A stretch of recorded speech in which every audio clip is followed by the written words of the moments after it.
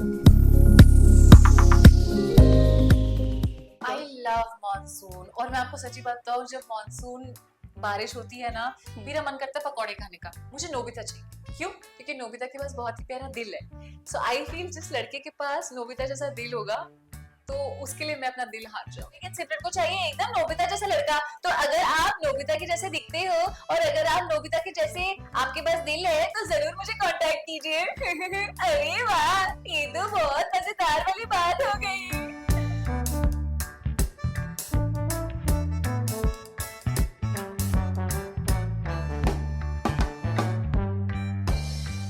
Simran, welcome to Glitz vision. कैसी हैं आप? मैं बहुत अच्छी हूँ, आप कैसे हो? बस बढ़िया है। सेट से छुट्टी पाकर आज इंटरव्यू हाँ, के लिए आप आई हैं। पहले तो आपसे ये जानना चाहेंगे, मानसून चल रहा है, कितना एंजॉय कर रही हैं आप मानसून को? I love monsoon. और मैं आपको सच्ची बात बताऊं, जब मानसून बारिश होती है ना, हम्म, मेरा मन करता है पकौड़े खाने का। हम्म, कोई फिर डाइटिंग वाइटिंग कुछ नहीं, घर पे अच्छे अच्छे गरम गरम हम्म, ऐसे क्रिस्पी क्रिस्पी पकौड़े आए। हम्म, मुझे मैगी खाने का भी बहुत मन करता है। मतलब मैगी नूडल्स ना, बारिश हो रही हो और ऐसे आप मतलब बालकनी में हो और आप गरम गरम ऐसे मैगी खा रहे हो, मजेदार। और साथ में एक और जो मेरा मन कर रहा है, मेरे को ना एक बारिश पे रील बनानी है, हाँ, ऐसे बारिश में भीगते हुए और पीछे से अच्छा वाला बारिश वाला सॉन्ग। टिप टिप मतलब बरसा पानी काइंड ऑफ। हाँ, काइंड ऑफ। तो ये मैं नेक्स्ट करने वाली हूँ।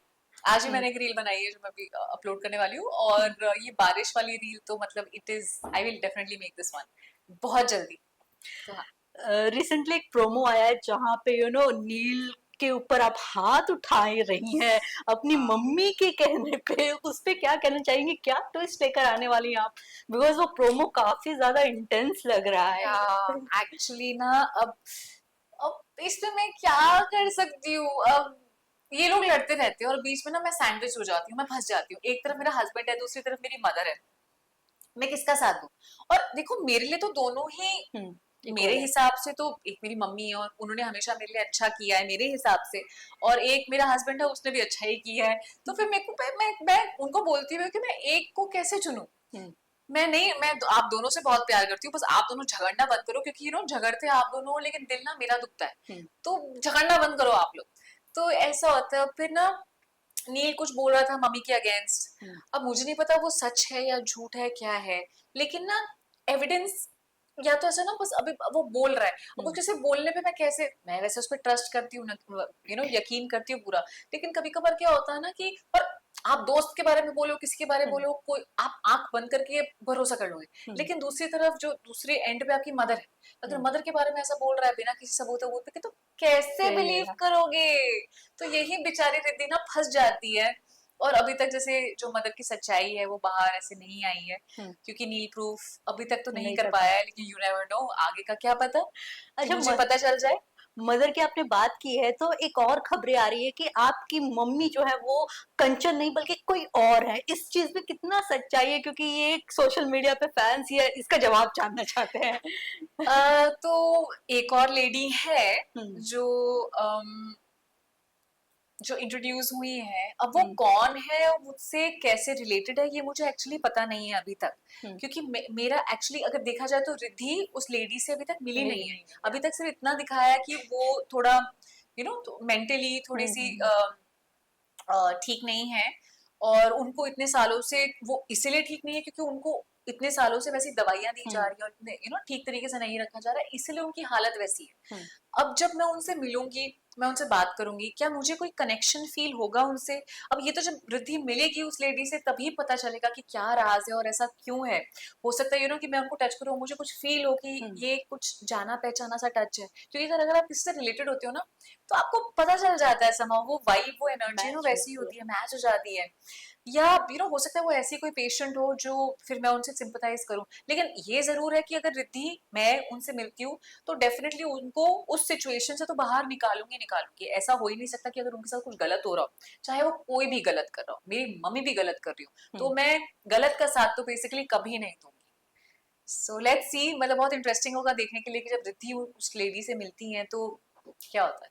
ओके, रिसेंटली हमने साइली का जो ड्रामा था वो देखा, वो काफी लंबा खिंच गया। आपने सबसे ज्यादा किस पार्ट को एंजॉय किया, लॉयर बनने वाला पार्ट या फिर नील के लिए रोना, क्या एंजॉय किया सबसे ज्यादा? एक्चुअली वो इसलिए थोड़ा लंबा हम लोग ने कर दिया क्योंकि वो चल रहा था, ऑडियंस बहुत ज्यादा कनेक्ट कनेक्ट हो कर गया। रही थी उस ट्रैक से। हम्म, वो इतना लंबा तो खैर होना नहीं था, लेकिन जब अगर ऑडियंस कनेक्ट कर रही है तो जो हम्म, ऑडियंस को अच्छा लग रहा है वही दिखाएंगे मेरा तो ऑडियंस को ना बहुत अच्छा लगने लग गया कि कैसे रिद्धि नील के लिए फाइट कर रही है, हम्म, कैसे अपने हस्बैंड को बचा रही है। अगर जेल में जेलर उसको थोड़ा मार रहा है तो वो मतलब जेलर से भी भिड़ने को तैयार है कि तुमने मेरे पति को हाथ भी कैसे लगाया। हम्म, लॉयर बन के वो 4-5 चीजें बोल रहे हैं कि ये अलाउड नहीं है, वो नहीं है, वो नहीं है। हाँ, इस बार तो लगा दिया, अगली बार तुमने हाथ लगाया ना तो मैं तुम्हें मारूंगी, तो मैं सोचूंगी नहीं कि तुम कौन हो। तो आई थिंक इतना स्ट्रॉन्ग इंडिपेंडेंट कैरेक्टर मुझे प्ले करने में बहुत मजा आया। प्लस वो लॉयर बनी, हम्म, तो जब लॉयर में ना कटघरे में आपके जो आते हैं लोग और उनसे सवाल जवाब करना, और क्योंकि वो अगर झूठ बोल रहे हैं तो उनका सच बाहर कैसे निकलवाना, ये क्यों उनको थोड़ा अपने ही जाल में फंसा दो या कुछ करके कुछ सवाल जवाब करो, और फिर वो जो कंफ्यूज हो जाएंगे और फिर आप कहते हो देखा अभी 2 मिनट पहले तो आपने कुछ और कहा था लेकिन अभी आप कुछ और कह रहे हो। तो वो बहुत मजेदार होता है एज एक्टर ऑल्सो। और मैं तो पूरा, मुझे तो लग रहा था मैं लॉयर बन गई हूँ। आपको देख के लग भी रहा था तो सेट पे। हाँ, मतलब मैं बहुत चैनलाइज कर रही थी मेरे इनर लॉयर को, और हाँ, मैंने एक दो ऐसे शोज भी देखे हुए हैं, सूट्स अगर आप देखोगे हम्म, तो मेरे अंदर का हावी इंस्पेक्टर मेरे ख्याल से बाहर आ रहा था तो मुझे वैसे भी मजा आता है जब कोर्ट रूम ड्रामास की कोई पिक्चर वगैरह होती है ना, जैसे हम्म।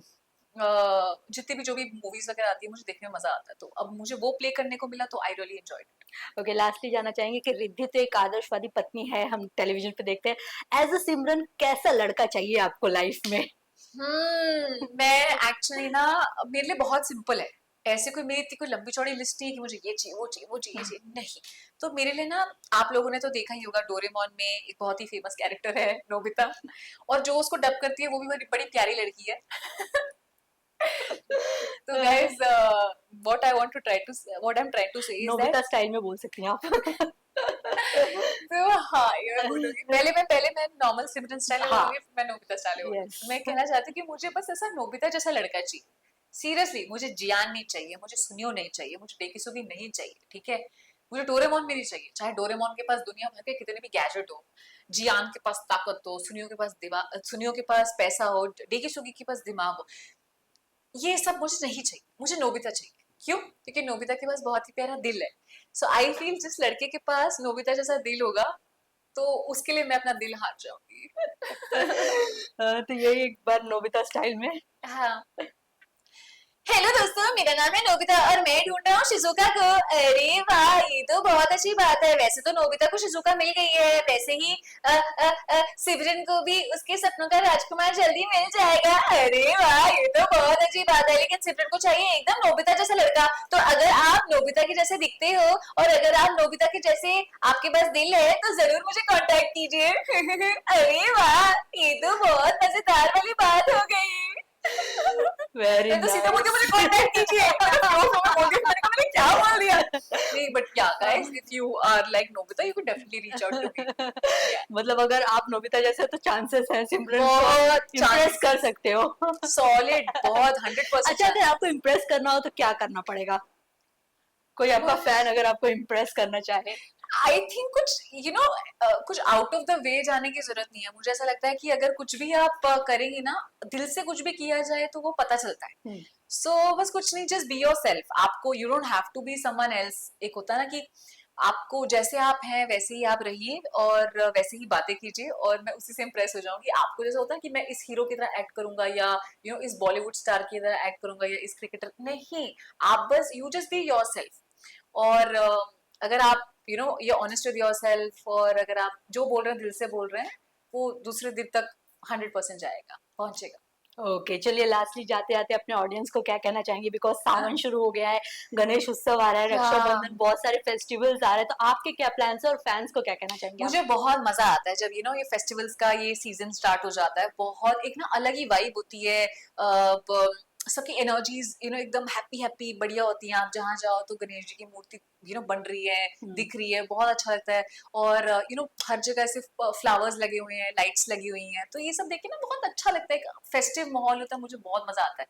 मिठाइयाँ, मोदक। Exactly, best part. आपको कहीं भी आप जा रहे हो तो लोग आपको मोदक वगैरह दे रहे हो, ओके थैंक यू, दे दो, मेरे को अच्छा लगता है मिठाइयाँ वगैरह। So I just want to wish everybody कि आप अच्छे से सारे फेस्टिवल्स वगैरह मनाइए, अपनी फैमिली के साथ मनाइए, अपने नियर एंड डियर वंस के साथ मनाइए, और साथ ही में आप जमाई नंबर 1 देखते रहिए और मुझे ढेर सारा प्यार और सपोर्ट करते रहिए। Thank you so much Simran, thanks. जल्दी हम मिलते हैं सेट पे और यस। ऐसे ही अच्छे इंटरव्यूज करते रहेंगे। Thank you. Hi, all of you. This is Shrutika Arjun, and you're watching me on Glitz Vision.